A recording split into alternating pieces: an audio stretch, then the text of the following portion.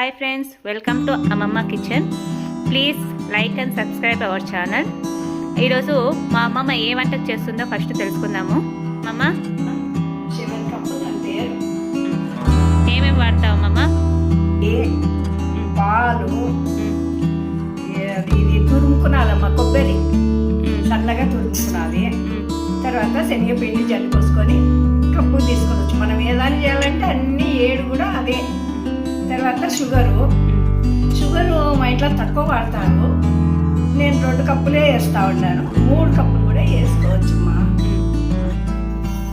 కొబ్బరి తురుముకొని సన్నగా ఇది శనగపిండి మా జల్లించి 1 కప్పు, అదే కప్పే కొలత. షుగర్ మీకు ఇష్టమైతే 3 కప్పులు వేసుకోవచ్చు, లేదంటే 2 కప్పులు వేసుకోవచ్చు. ఎక్కువ స్వీట్ అయితే నేనేమో 2 వేస్తాను. 3 కప్పులు కూడా వేసుకోవచ్చు. చూడమ్మా, పాలు, తర్వాత నెయ్యి కూడా కప్పమ్మ. అంతా కలియబెట్టుకున్నాను. అంతా కలియబెట్టుకున్నాను. స్టవ్ మీద అంతా కలియబెట్టాను. ఇప్పుడు స్టవ్ మీద పెట్టుకున్నాం.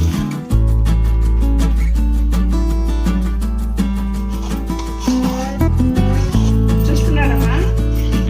చెప్పమ్మా. 5 నిమిషాలు పడుతుంది చూడమ్మా. ఇట్లా తర్వాత గట్టిగా అయినాక మళ్ళా కొంచెం గట్టిగా అయినాక మళ్ళీ ఒక 5 నిమిషాలకు అయిపోతుంది. కానీ బాగా కలుపుకున్నాము.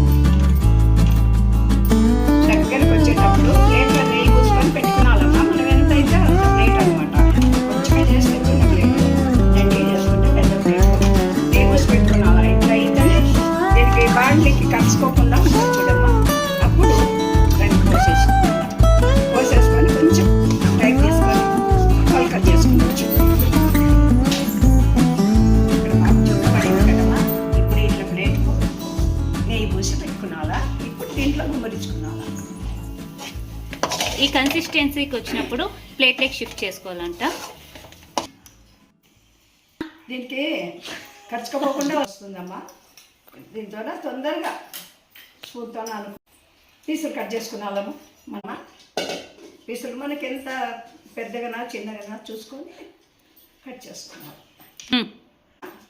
ఇట్లా అయినప్పుడు, చిక్కగా అయినప్పుడు ఇట్లా ప్లేట్లో పోసి పీసులు చేసుకొని ఇట్లా పెట్టుకున్నాము. అంతేమా, చిక్కగా కావాలా. బాగా కలిపి గట్టిగా అయ్యేటప్పుడు తీసి నెయ్యి పూసుకొని ఒక ప్లేట్లో దాంట్లోకి పోసుకొని పీసులు చేసుకోవాలి తొందరగా.